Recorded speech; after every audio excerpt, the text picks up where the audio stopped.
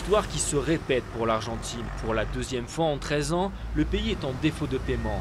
La cause, l'absence d'un accord avec certains créanciers qualifiés de vautours, en raison de leur intransigeance.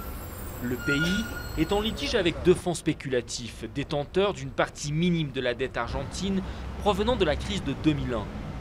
Buenos Aires n'a pas pu honorer une échéance de remboursement bloquée par une décision de la justice américaine. Mais pour l'Argentine, Washington est le premier responsable de cet imbroglio juridico-financier qui, selon elle, aurait pu être évité. Si un juge se trompe, s'il ne prend pas de décision, s'il est clairement un agent des fonds spéculatifs, si le médiateur est un agent à eux aussi, si le système judiciaire est aux mains des fonds spéculatifs, de quelle justice parle-t-on? Les États-Unis doivent générer les conditions d'un respect inconditionnel de la souveraineté des autres pays. Une seule personne, un juge américain, a mis tout un pays dans la tourmente. L'Argentine s'apprêtait à rembourser des intérêts sur une partie de sa dette restructurée.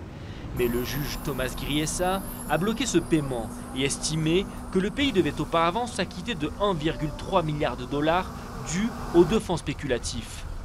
Ce défaut, certes partiel, pourrait faire grimper les taux d'intérêt argentins et aggraver la récession qui touche le pays. Mais le Fonds monétaire international et certains experts minimisent son impact. Si l'Argentine reste en défaut de paiement, la baisse d'activité économique sera plus importante que celle que nous prévoyons aujourd'hui. Les taux d'intérêt seront plus hauts en fin d'année que ceux prévus pour le moment, mais cela ne signifie pas que l'Argentine va être en crise ni dans une situation explosive. Après une décennie de troubles économiques et une inflation à 30%, les Argentins ont pourtant des raisons de s'inquiéter. Incertitude totale. Nous n'avons pas confiance dans la manière dont est conduite l'économie. Les choses ont été mal gérées et nous sommes arrivés à un tel point que je ne sais pas si nous pourrons en revenir. Signe de la nervosité des marchés, la bourse argentine a plongé jeudi de 8,4%.